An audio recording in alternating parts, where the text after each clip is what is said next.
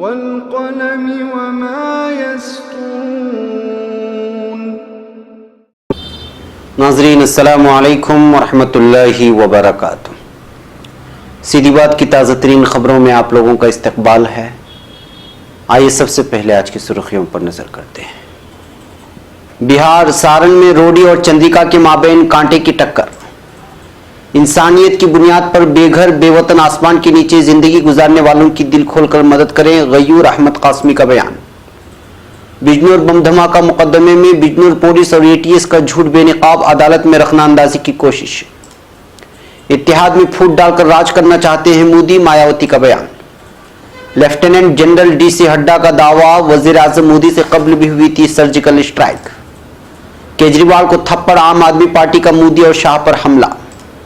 जुमलाबाजों की पार्टी से होशियार रहने की जरूरत, सिंधिया का बयान।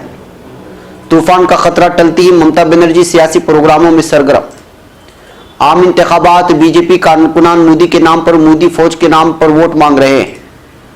रमजान मुबारक में देर रात तक दुकानें खुली रखने की इजाजत। राजीव गांधी पर तबसरा करके मोदी ने बीमार ज़हनियत का सबूत दिया, कांग्रेस का बयान। दफा 370 खत्म हुई तो भारत और जम्मू कश्मीर का रिश्ता भी खत्म हो जाएगा, शाह फैसल का बयान। राजस्थान दूसरे मरहले में 2 मरकजी उजरा की हालत खस्ता। नोटबंदी के बाद एक साल में गैर मुल्की बैंकों में 700 करोड़ रुपए पहुंचे, कांग्रेस का बयान। वेनेजुएला हवान ग्वाइडो की मुजाहिरों की अपील बेफायदा रही। बम धमाकों के मुलजिमान ने तरबियत के लिए हिंदुस्तानी शहरों के दौरे किए, आर्मी चीफ श्रीलंका का बयान। हमारे शहदा का खून रायगा नहीं गया, ऑपरेशन में 28 दहशतगर्द हलाक कर दिए गए, आकार का बयान। मां की खिदमत के लिए अदालत में मुकदमा लड़ने वाला सऊदी शहरी चल बसा।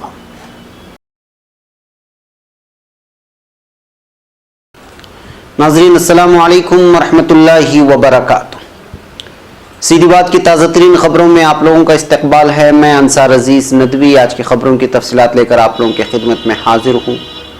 नाज़रीन, तफसीलात में जाने से पहले आपको इत्तला कर दूं कि आज का ताज़ा प्राइम टाइम शाये हो चुका है। जो बीजेपी की बौखलाहट और कांग्रेस और बीजेपी के माबैन जो रस्साकशी आज जारी हुई नेहरू के बयान के बाद, और मोदी को लेकर की जो तबसरे चल रहे हैं सोशल मीडिया में, उसकी तफसीलात रखने की कोशिश की गई है। और फिर गज़ा पट्टी में रमज़ान से एक दिन कबल जो है इसराइल की जानिब से बहुत ज़्यादा जुल्म व तशद्दुद हुआ है और फ़िज़ाई बमबारी हुई है, उसी की तफसीलात को रखा गया है। ज़रूर देखें, दूसरों तक पहुँचाएँ और हमारे चैनल को सब्सक्राइब करना हर किस ना भूलें। बहरकैफ नाज़रीन, चलिए चलते हैं खबरों की तफसीलात की जानिब। पहली खबर है बिहार से। बिहार में इस बार के लोकसभा इंतखाबात में सारण पार्लिमानी सीट पर कब्जा बरकरार रखने की कोशिश। भारतीय जनता पार्टी के उम्मीदवार और रुखसत पजीर रुकने पार्लिमान राजीव प्रताप रूडी और राष्ट्रीय जनता दल आरजेडी सदर लालू प्रसाद यादव की समधी चंद्रिका राय के माबैन कांटे की टक्कर होगी। रियासत में 5वीं मरहले में 6 मई 2019 को सीतामढ़ी, मधुबनी, मुजफ्फरपुर, सारण, हाजीपुर सीट पर पोलिंग होनी है। सारण पार्लिमानी हलके से एनडीए ने रुखसत पजीर रुकने पार्लिमान और साबिक मरकजी वजीर रोडी उम्मीदवार बनाए गए हैं। वो अटल बिहारी वाजपेयी की हुकूमत में वजीर रह चुके हैं।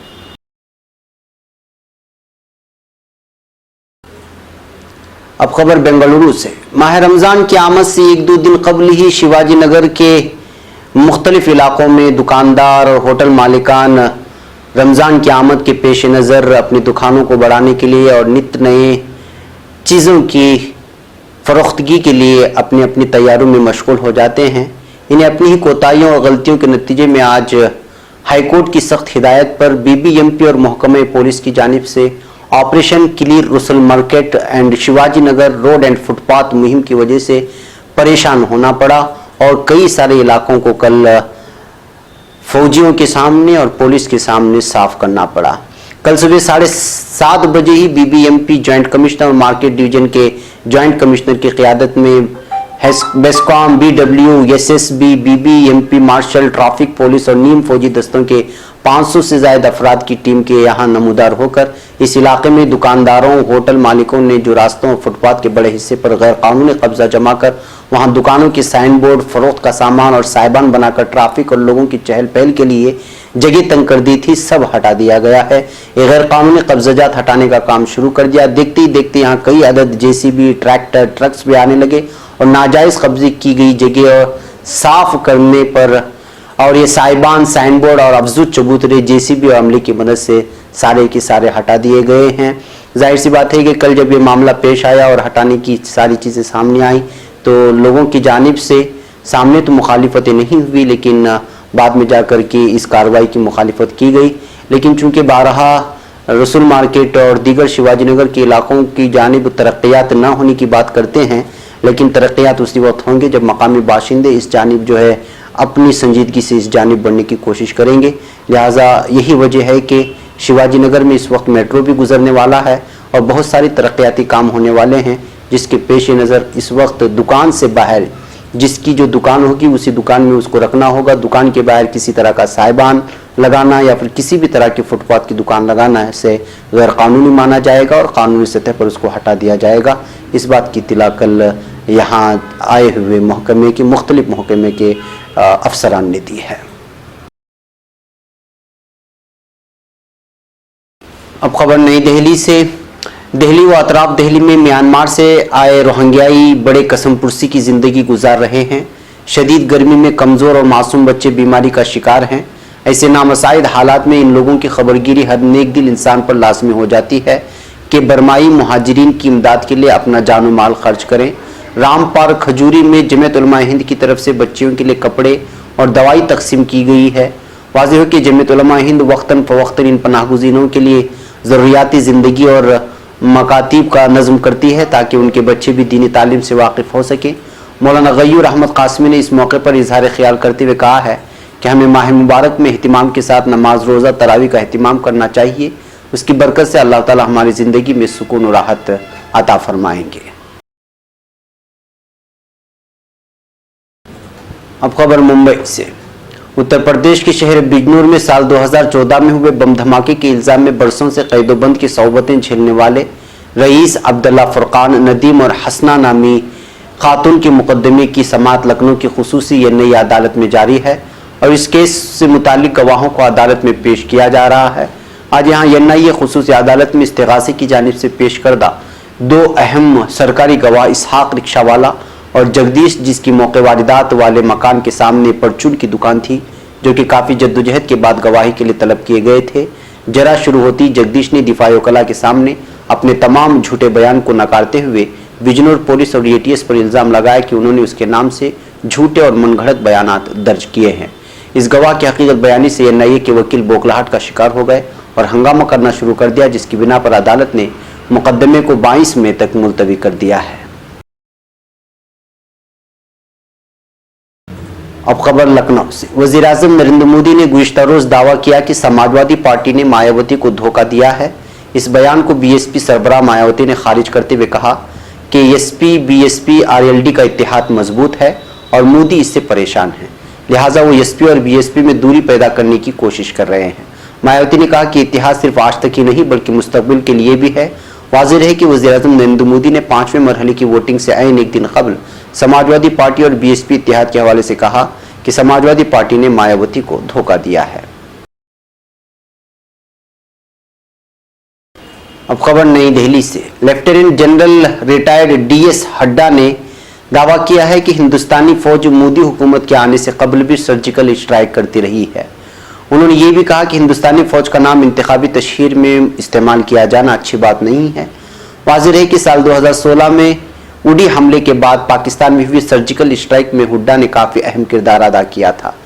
गुज़िश्ता साल फरवरी में उन्होंने ये दावा करके तहलका मचा दिया था कि उड़ी हमले के बाद हुई सर्जिकल स्ट्राइक को सियासी रंग देने की कोशिश की जा रही है। वाज़ेह है कि डीएस हड्डा इस साल कांग्रेस की उस टास्क फोर्स में शामिल हो गए थे जो मुल्क की सिक्योरिटी पर विजन डॉक्यूमेंट तैयार कर रही थी।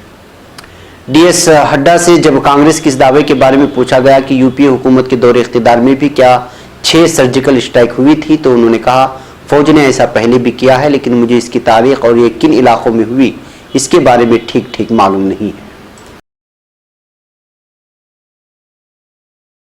अब खबर नई दिल्ली से। दिल्ली के नायब वज़ीर आला मनीष सिसोदिया ने आम आदमी पार्टी के लीडर और वज़ीर आला अरविंद केजरीवाल को थप्पड़ मारने के वाक़े के सिलसिले में वज़ीर-ए-आज़म नरेंद्र मोदी और भारतीय जनता पार्टी के सदर अमित शाह को निशाना बनाया है। मनीष सिसोदिया ने ट्विटर पर लिखा, क्या मोदी और शाह केजरीवाल का कत्ल करवाना चाहते हैं? पाँच साल सारी ताकत लगाकर जिसका हौसला नहीं तोड़ सके, इंतखाबात में शिकस्त नहीं दे सके, अब उसे रास्ते से इस तरह हटाना चाहते हो? बुज़दिलो, आपने इस मुखालिफिन की तरफ से हमला करार दिया। पार्टी ने ट्वीट करके कहा, वज़ीर आला केजरीवाल की हिफाजत में एक और लापरवाही, दिल्ली में रोड शो के दौरान मिस्टर केजरीवाल पर हमला हुआ। हम इस बुज़दिलाना हरकत की सख्त अल्फाज में मजम्मत करते हैं। अब खबर मरीना से। कांग्रेस के सीनियर लीडर और मध्य प्रदेश के गना शिवपुरी पार्लिमानी हलके के उम्मीदवार ज्योतिरादित्य सिंधिया ने भारतीय जनता पार्टी बीजेपी को जुमलाबाजों की पार्टी करार दिया है। उन्होंने कहा, बीजेपी जुमलाबाजों की पार्टी है, इससे आप सबको होशियार रहने की जरूरत है। सिंधिया गुज़िश्ता रोज मरीना पार्लिमानी हलके के अंबाहा कस्बे में एक इंतखाबी रैली से खिताब कर रहे थे। उन्होंने कहा कि मरीना शिवपुर पार्लिमानी हलके के कांग्रेस उम्मीदवार रामनिवास रावत चुंबुल की मिट्टी के सपूत हैं। उन्होंने कहा कि बीजेपी और बहुजन समाज पार्टी बीएसपी की झूठी बातों में आकर अपना वोट जाया ना करें। अब खबर कलकत्ता से। फानी तूफान का खतरा खत्म हो जाने के बाद वजीर आला ममता बनर्जी ने एक बार फिर इंतखाबी मुहिम में मशगूल हो गई हैं। वजीर आला ने खटाल में रोड शो किया। वजीर आला के साथ पार्टी उम्मीदवार और बंगला फिल्मों की सुपरस्टार देव भी मौजूद थे। वजीर आला ममता बनर्जी ने फानी तूफान की वजह से अपने तमाम सियासी प्रोग्राम को रद्द कर दिया था ताकि रिलीफ के कामों की निगरानी की जा सके। वजीर आला ने चंद्रकोना और खटाल में 2 रोड शो किया। रोड शो से कबल वजीर आला ने चंद्रकोना में लोगों से बातचीत की। इलाका आरामबाग इलाके में वाक़ है। वजीर आला ने कहा कि मैं समझती हूँ कि माँ दुर्गा, माँ काली और अल्लाह और भगवान की खुसूसी मेहरबानी की वजह से बंगाल में बड़े पैमाने पर तबाही नहीं हुई। अब खबर छत्तीसगढ़ से। छत्तीसगढ़ के वजीर आला भूपेश बघेल ने कहा कि अलमिया यह है कि बीजेपी कारकुनान अपने उम्मीदवारों के लिए वजीर आजम मोदी के नाम पर वोट मांग रहे हैं और मोदी फौज के नाम पर वोट मांग रहे हैं। इनका कहना है कि बीजेपी के पास कहने के लिए कुछ नहीं है और वो नाम निहाद कौम परस्ती के नाम पर इलेक्शन लड़ रही है। उन्होंने बीजेपी पर मिसाली ज़ाब्ते अखलाक की खिलाफवर्जी करने का भी इल्जाम आयद किया। भूपेश बघेल ने कहा, फौज के अफसरान का कहना है कि उनके नाम पर वोट न मांगे जाए। इलेक्शन कमीशन का कहना है कि इस मकसद से मुसल्लह अफवाज का इस्तेमाल नहीं होना चाहिए, लेकिन बीजेपी रहनुमा लगातार मिसाली ज़ाब्ते अखलाक की खिलाफवर्जी कर रहे हैं। ये जाहिर करता है कि बीजेपी के पास कहने के लिए कुछ भी नहीं है और वो नाम निहाद कौम परस्ती के नाम पर चुनाव लड़ रहे हैं। अब खबर मुंबई से। हुकूमत महाराष्ट्र के महकमा बराए मेहनत ने रमजान मुबारक के पेश नज़र रियासत के मुख्तलिफ इलाकों की दुकानों को हुकूमत के बनाए गए नए कवानीन के मुताबिक देर रात तक खुली रखने का हुक्मनामा जारी कर दिया है। यह हुक्मनामा राष्ट्रवादी कांग्रेस पार्टी एनसीपी के कौमी तर्जुमान और साबिक वजीर मेहनत नवाब मलिक की उस मकतूब के बाद जारी किया गया है जो उन्होंने 4 मई 2019 को लेबर कमिश्नर को रवाना किया था। वाज़ेह है कि रियासत में बीजेपी व शिवसेना की हुकूमत ने अपनी इब्तिदाई 2 सालों तक इसकी इजाज़त नहीं दी थी, जिसके खिलाफ नवाब मलिक ने यह मामला उठाया था। सितंबर 2017 में हुकूमत ने एक नया कानून बनाया जिसके तहत शब खास त्योहारों के मौके पर शब में दुकानों को खुली रखने की इजाज़त दी गई थी। अब खबर नई दिल्ली से। वज़ीर आज़म नरेंद्र मोदी की तरफ से साबिक वज़ीर आज़म आंजहानी राजीव गांधी के हवाले से नाज़ेबा बयान देने की सख्त अल्फाज में मजम्मत की है। कांग्रेस ने कहा कि वज़ीर आज़म मोदी ने गुज़िश्ता रोज़ अपने बीमार ज़हनियत का तारुफ कराया और वज़ीर आज़म मोदी अपनी शिकस्त सामने देखकर बौखला गए हैं। उन्होंने कहा कि आंजहानी वज़ीर आज़म के खिलाफ बयानबाजी करने वाले मोदी को अपने घर में देख लेना चाहिए, जिन्होंने हलफनामे में प्लॉट के हवाले से गलत मालूमात पेश की हैं। दिल्ली में वाक़ कांग्रेस सदर दफ्तर में मुनक़िदा एक प्रेस कॉन्फ्रेंस से खिताब करते हुए कांग्रेस के तर्जुमान पवन खेड़ा ने कहा कि मोदी को एक आंजहानी और हरदिल अजीज वज़ीर आज़म राजीव गांधी के खिलाफ नाज़ेबा अल्फाज का इस्तेमाल करते देखकर पूरा मुल्क हैरान है और लोग ये सोच रहे हैं कि 2014 में उन्होंने कैसे शख्स को वज़ीर आज़म बनाया। अब खबर श्रीनगर से। साबिक आईएएस अफसर और जम्मू कश्मीर पीपल्स मूवमेंट के सरबराह डॉक्टर शाह फैसल ने कहा कि जिस दिन दफ़ा 370 ख़त्म होगा उसी दिन मरकज़ का रियासत जम्मू कश्मीर के साथ रिश्ता ख़त्म हो जाएगा। न्यूज़ पोर्टल दी वायर के साथ एक इंटरव्यू में शाह फैसल ने दफ़ा 370 के हवाले से कहा, दफ़ा 370 इस वक्त मुल्क में बहुत बड़ा मसला बन गया है। आज दफ़ा 370 और दफ़ा 35 ये के इश्यूज उठाए जाते हैं और रियासत की सियासत को मजबूत बनाने के लिए नहीं बल्कि मुल्क की दूसरी रियासतों में बीजेपी को जिताने के लिए उठाए जा रहे हैं। जिस दिन दफ़ा 370 चला जाएगा उसी दिन यूनियन ऑफ इंडिया और रियासत के दरमियान रिश्ता ख़त्म हो जाएगा, तो फिर शायद मसला ही ख़त्म हो जाएगा। अब खबर जयपुर से। राजस्थान में लोकसभा इंतखाबात के दूसरे मरहले में 2 मरकजी वज़रा समेत 7 अराकीन पार्लियामेंट, 5 साबिक अराकीन पार्लियामेंट और 2 अराकीन असम्बली की साख दाव पर लगी है। ज़राए की माने तो दोनों ही की हालत खस्ता चल रही है। कांग्रेस ने अपने इंतखाबी मंशूर में कई वादे किए हैं, जिससे गरीबों को 72,000 रुपये सालाना देने और कर्ज न अदा करने पर किसानों को जेल न भेजा जाए, 22 लाख सरकारी नौकरियां देने, नरेगा स्कीम को तोसी देने के ये वादे अहम हैं। इन वादों की वजह से आवाम का रुझान कांग्रेस की तरफ नजर आ रहा है। कांग्रेस लीडरों ने इख्तिदार में आने पर नोटबंदी की जांच कराने और आईनी इदारों को मजबूत करने के वादे भी किए हैं। अब खबर वेनेजुएला से। वेनेजुएला में खुद को अबूरी सदर ऐलान करने वाले असेंबली स्पीकर हुआन ग्वाइडो की मुजाहिरों की अपील बेफायदा रही। इत्तला के मुताबिक अमरीका, मगरबी ममालिक और मुतअद्दिद लातीनी अमरीकी ममालिक के ताउन के हामिल ग्वाइडो की हालिया एहतिजाजी मुजाहिरों की अपील का गर्मजोश गैर मकदम नहीं किया गया। सिर्फ 2 मकामात पर एहतिजाजी मुजाहिरे हुए, उनमें भी ना तो ग्वाइडो ने शिरकत की और ना ही उनकी सफ के असेंबली मेंबरान ने। दारुल हुकूमत काराकास में मुखालिफिन की तरफ से एहतिजाजी मुजाहिरों के लिए तयशुदा मकामात में से सदारती रिहाइशगाह के इलाके लाका सोना और आल्ता मेरा स्क्वायर के अलावा सब खाली रहे। लाका सोना में 100 के करीब मुजाहिरीन ने सदारती रिहाइशगाह की तरफ मार्च करने की कोशिश की, जिसकी सिक्योरिटी फोर्सेस की तरफ से इजाजत नहीं दी गई। अब खबर कोलंबो से। गुज़िश्ता दिनों श्रीलंका में ईस्टर के मौके पर होने वाले धमाकों के पस मंजर में मुल्क के आर्मी चीफ ने नामजद मुल्जिमान के हवाले से इंकिशाफ किया है कि उन्होंने तरबियत या गैर मुल्की तंजीमों से राब्तों के लिए हिंदुस्तान के 3 शहरों के दौरे किए थे। मीडिया रिपोर्टिंग के मुताबिक लेफ्टिनेंट जनरल महेश सेना नायके ने BBC को दिए गए एक इंटरव्यू में मुबैना खुदकुश हमलावरों के हवाले से कहा कि हमें दस्तयाब अब तक की इत्तलात के मुताबिक हमले में मुलव्वस मुल्जिमान हिंदुस्तान का दौरा कर चुके थे। वो हिंदुस्तान की कश्मीर, बेंगलुरु और रियासत केरला भी गए थे। हमलावरों की दाइश से ताल्लुक के हवाले से एक सवाल पर सेना नायके का कहना था कि उनकी क़यादत के दौरे के मकामात, हमले की तरीक़ेकार और निशाना बनाई जाने वाली जगहों को देखते हुए इसमें बैरूनी अनासिर मुलव्वस थे या हिदायत मौसूल हो रही थी। अब खबर तुर्की से। तुर्की के वजीर दिफा हलूसी आकान ने कहा है कि तुर्क मुसल्लह अफवाज की तरफ से शुरू किए गए ऑपरेशन में 28 दहशतगर्द हलाक कर दिए गए हैं। यह ऑपरेशन शाक़ जैतून ऑपरेशन के इलाके और जिला हक्कारी की सरहदी फौजी बेस के इलाके में अलहदगी पसंद दहशतगर्द तंजीम YPG PKK के दहशतगर्दों की तरफ से कल किए जाने वाले हमलों के बाद किए गए। दहशतगर्दों के हमलों के बाद शुरू करवाए गए ऑपरेशन को वजीर दिफा खलूसी आकार और मुसल्लह अफवाज के कमांडरों ने मुसल्लह अफवाज के ऑपरेशन सेंटर से कंट्रोल किया है। अब खबर सऊदी अरब से। जायदाद पर औलाद के दरमियान लड़ाई झगड़े और अदालतों तक नौबत पहुंचने के वाक़यात तो बहुत हैं, मगर माँ की खिदमत के हक़ पर औलाद में मुसाबकत और अदालत में इस हवाले से कार्रवाई अदालती तारीख का अनोखा वाक़या ही हो सकता है। सऊदी अरब के अदालतों की रिकॉर्ड में कुछ अरसे पेशतर एक ऐसा मुकदमा सामने आया था जिसने हर सुनने वाले को हैरान कर दिया। ये मुकदमा 2 भाइयों के दरमियान था और वो दोनों अलग अलग अपनी माँ की खिदमत करना चाहते थे। चुनांचे माँ की खिदमत का जज्बा उनमें से एक भाई हिजान अल हरबी को अदालत ले गया। एक रिपोर्ट के मुताबिक हिजान अल हरबी खुद भी चल बसे हैं, मगर उनकी जानिब से माँ की खिदमत का जज्बा एक ज़रबुल मसल बन चुका है।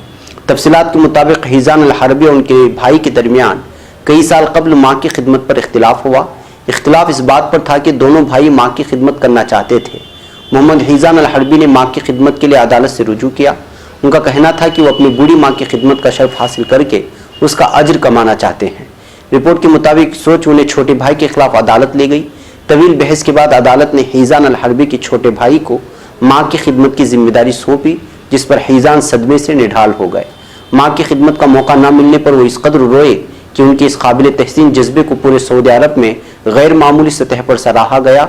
न सिर्फ सऊदी अरब में बल्कि पूरी दुनिया में इसको पसंद किया गया। ये मुकदमा सऊदी अरब के लोगों के जहनों में आज तक ताज़ा है। सऊदी अरब के अदालती तारीख में अपनी नौयत का अनोखा मुकदमा था। अदालत की तरफ से हिजान अल हरबी को माँ की खिदमत की इजाज़त इसलिए न दी गई कि वो खुद भी बुढ़ापे में थे, जबकि उनके छोटे भाई माँ की बेहतर खिदमत बजा ला सकते थे। 1 माह कबल हिजान अल हरबी गाड़ी की टक्कर से शदीद जख्मी हो गए थे। उन्हें अस्पताल ले जाया गया, जहाँ वो कुछ अरसे कोमे में रहने के बाद 2 दिन कबल इस दुनिया से चल बसे हैं। नाज़रीन, ये थी आज की ताज़ा 3 खबरें। अगली ताज़ा 3 खबरों के साथ फिर आपसे मुलाकात होगी। हमारी पूरी टीम को यहाँ पर इजाज़त। अस्सलामु अलैकुम रहमतुल्लाहि व बरकातुहू।